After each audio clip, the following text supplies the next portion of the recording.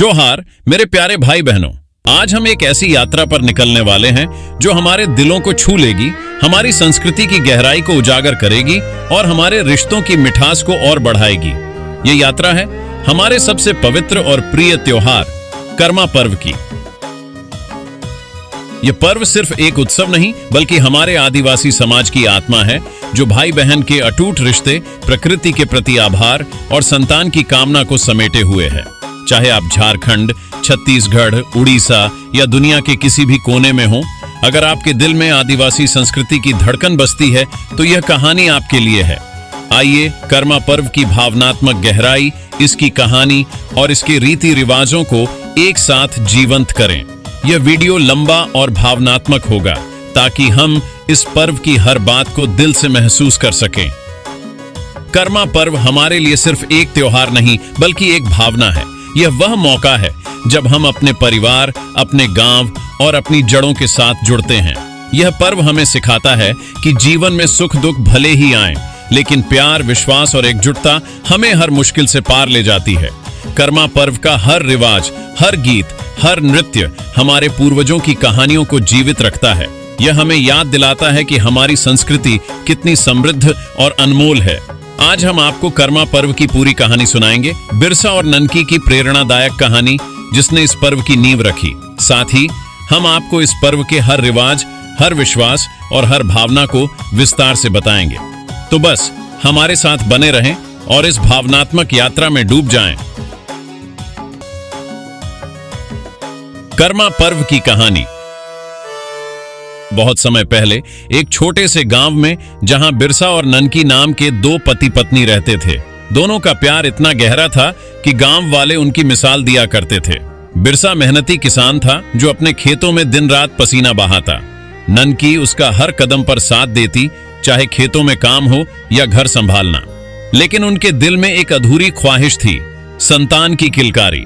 सालों बीत गए लेकिन उनके आंगन में बच्चे की हंसी नहीं गूंजी। गांव वालों की सहानुभूति भरी नजरें और समाज के ताने उनके दिल को चुभते थे।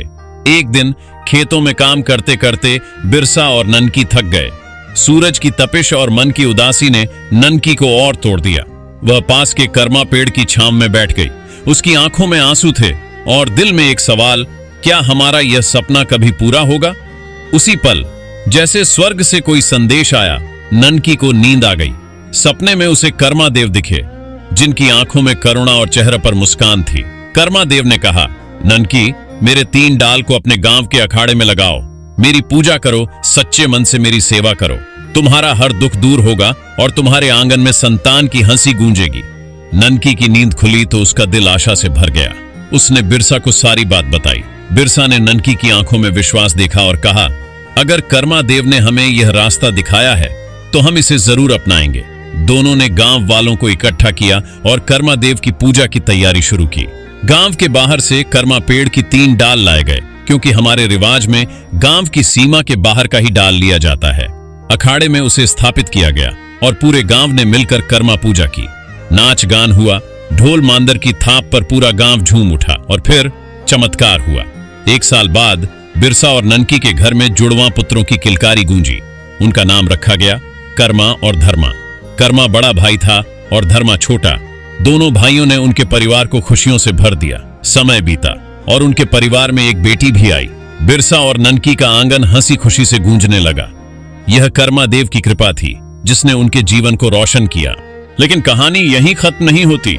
जैसे जैसे समय बीता, बिरसा और ननकी का परिवार बड़ा हुआ, लेकिन जीवन की चुनौतियां भी बढ़ी। खेतीबाड़ी से परिवार का गुजारा मुश्किल होने लगा। कर्मा, जो बड़ा भाई था, ने सोचा, मुझे अपने परिवार के लिए कुछ करना होगा। उसने फैसला किया कि वह परदेश जाएगा, मेहनत करेगा और अपने परिवार के लिए सुख सुविधाएं लाएगा। धर्मा गांव में ही रहा, अपने माता पिता और बहन की देखभाल करने के लिए। कर्मा परदेश गया और वहां उसने दिन रात मेहनत की। सालों बाद जब उसने ढेर सारा धन कमाया तो वह अपने गांव लौटने का फैसला किया। संयोग से वह उस दिन लौटा जब गांव में कर्मा पर्व की तैयारी चल रही थी। कर्मा को उम्मीद थी कि उसका भव्य स्वागत होगा। उसने एक संदेशवाहक को गांव भेजा, यह कहने के लिए कि वह परदेश से लौट रहा है। लेकिन धर्मा उस समय कर्मा पूजा की तैयारियों में इतना डूबा हुआ था कि वह अपने भाई का संदेश भूल गया। जब कर्मा गांव पहुंचा तो उसने देखा कि पूरा गांव अखाड़े में नाच गान में मस्त है। कर्मा डाल को पूजा जा रहा था, ढोल मांदर की थाप गूंज रही थी और हर कोई कर्मा देव की भक्ति में लीन था। लेकिन कर्मा के स्वागत के लिए कोई नहीं आया। यह देखकर कर्मा का दिल टूट गया। गुस्से में उसने अखाड़े में स्थापित कर्मा डाल को उखाड़कर नदी में फेंक दिया। उसने सोचा, जब मेरे अपने भाई ने मेरा स्वागत नहीं किया तो इस डाल में क्या रखा है। लेकिन कर्मा का यह गुस्सा उसके परिवार के लिए भारी पड़ा। कर्मा देव नाराज हो गए। धीरे धीरे बिरसा और ननकी के परिवार में दुखों का पहाड़ टूट पड़ा। खेतों में फसलें सूखने लगी, घर में अन्न की कमी हो गई और खुशहाल परिवार उदासी में डूब गया। कर्मा को अपनी गलती का एहसास हुआ। एक रात उसे आकाशवाणी सुनाई दी, कर्मा, तुमने कर्मा देव का अपमान किया। अगर तुम अपने परिवार को फिर से सुखी देखना चाहते हो तो उस डाल को नदी से वापस लाओ और अखाड़े में स्थापित करो। कर्मा का दिल पछतावे से भर गया। उसने फैसला किया कि वह कर्मा डाल को वापस लाएगा, चाहे इसके लिए उसे कितनी भी मुश्किलों का सामना करना पड़े। वह नदी की ओर निकला, लेकिन यह यात्रा आसान नहीं थी। रास्ते में उसे कई परीक्षाएं देनी पड़ी। पहली परीक्षा, कर्मा को प्यास लगी।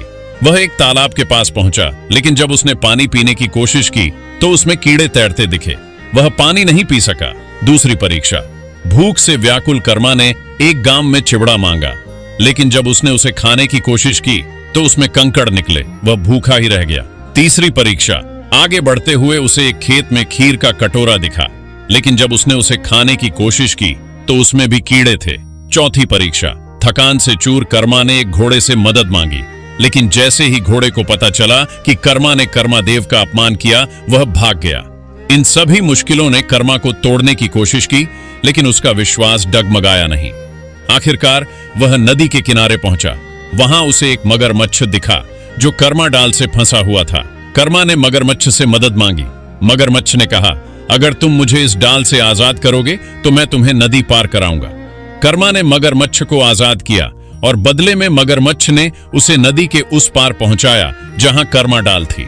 कर्मा ने उस डाल को सावधानी से उठाया और अपने गांव वापस लाया। गांव पहुंचकर कर्मा ने अखाड़े में कर्मा डाल को फिर से स्थापित किया। पूरे गांव ने मिलकर कर्मा देव की पूजा की। ढोल मांदर की थाप फिर से गूंजी और गीतों में कर्मा देव की महिमा गाई गई। कर्मा ने अपने भाई धर्मा से माफी मांगी और दोनों भाइयों ने एक दूसरे को गले लगाया। उस दिन से कर्मा और धर्मा ने वादा किया कि वे हमेशा एक दूसरे का साथ देंगे और कर्मा देव की पूजा को कभी नहीं भूलेंगे। कर्मा पर्व की कहानी हमें सिखाती है कि विश्वास और प्यार से हर मुश्किल को पार किया जा सकता है। इस पर्व के रीति रिवाज भी उतने ही गहरे और भावनात्मक हैं। आइए इन रिवाजों को विस्तार से समझें। जावा उठाना, आस्था का पहला कदम। कर्मा पर्व की शुरुआत होती है जावा उठाने से। गांव की अविवाहित बहनें, जिनके दिल में अपने भाइयों के लिए प्यार और संतान की कामना होती है, नदी से पवित्र बालू लाती हैं। एक टोकरी में इस बालू को रखा जाता है और उसमें मक्का, मटर, उड़द जैसे पवित्र बीज बोए जाते हैं। ये बीज सिर्फ अनाज नहीं, बल्कि हमारे विश्वास और उर्वरता का प्रतीक है। 7 या 9 दिन तक बहनें इस जावा की सेवा करती हैं। सुबह शाम हल्दी मिश्रित पानी से उसे सींचती हैं, जैसे एक माँ अपने बच्चे की देखभाल करती है। इस दौरान मांस मछली का त्याग किया जाता है और मन को पवित्र रखा जाता है। अगर मन सच्चा हो तो जावा खिल उठता है, लेकिन अगर कोई गलती हो तो जावा मुरझा जाता है। यह हमें सिखाता है कि सच्चाई और श्रद्धा से किया गया हर काम फलता फूलता है। कर्मा डाल का महत्व। कर्मा पूजा में कर्मा पेड़ की डाल का खास महत्व है। यह डाल गांव की सीमा के बाहर से लाई जाती है, क्योंकि हमारा विश्वास है कि यह पवित्र और बाहरी होना चाहिए। डाल को सावधानी से काटा जाता है ताकि वह जमीन को न छुए। इसे चीरा घास की डोरी से बांधा जाता है और फिर अखाड़े में स्थापित किया जाता है। 4 डाल लाए जाते हैं, 3 गांव के अखाड़े के लिए और 1 कोटवार या देश वाली जमीन के लिए। यह रिवाज हमें प्रकृति के प्रति सम्मान और उसकी शक्ति को अपनाने की सीख देता है। कर्मा पूजा के दिन अखाड़ा रंग बिरंगे गीतों और नृत्यों से गूंज उठता है। ढोल मांदर की थाप पर युवा और बुजुर्ग, पुरुष और महिलाएं सब मिलकर नाचते हैं। ये गीत और नृत्य सिर्फ मनोरंजन नहीं, बल्कि हमारे पूर्वजों की कहानियों और भावनाओं को जीवित रखने का माध्यम है। हर थाप में एकजुटता की भावना होती है और हर गीत में कर्मा देव की महिमा गाई जाती है। खीर और चिवड़ा। भविष्य की कामना कर्मा पूजा में खीर, चिवड़ा और चना चढ़ाया जाता है। यह प्रथा कर्मा की कहानी से जुड़ी है, जब उसे खाने पीने में कीड़े और कंकड़ मिले। हम ये सामग्री कर्मा देव को चढ़ाते हैं ताकि आने वाले समय में हमें ऐसी मुश्किलों का सामना न करना पड़े। साथ ही खीर को संतान का प्रतीक माना जाता है और अविवाहित लड़के लड़कियां इसे चढ़ाकर संतान प्राप्ति की कामना करते हैं। कर्मा पर्व सिर्फ एक त्योहार नहीं बल्कि हमारे रिश्तों का उत्सव है। यह भाई बहन के अटूट प्यार को दर्शाता है। बहनें अपने भाइयों की लंबी उम्र और सुख समृद्धि के लिए पूजा करती हैं और भाई अपनी बहनों की रक्षा का वचन देते हैं। यह पर्व हमें सिखाता है कि परिवार और समुदाय की एकजुटता ही हमारी असली ताकत है। यह पर्व प्रकृति के प्रति हमारे आभार को भी व्यक्त करता है। कर्मा पेड़, नदी की बालू और खेतों की उर्वरता, ये सब हमें याद दिलाते हैं कि हमारी संस्कृति प्रकृति के साथ गहरे से जुड़ी है। कर्मा देव की पूजा हमें सिखाती है कि अगर हम प्रकृति का सम्मान करें तो वह हमें सुख और समृद्धि देती है। सबसे खास बात, कर्मा पर्व हमें विश्वास की ताकत सिखाता है। बिरसा और ननकी ने कर्मा देव पर भरोसा किया और उनका सपना पूरा हुआ। कर्मा ने अपनी गलती सुधारी और उसके परिवार में फिर से खुशियां लौटी।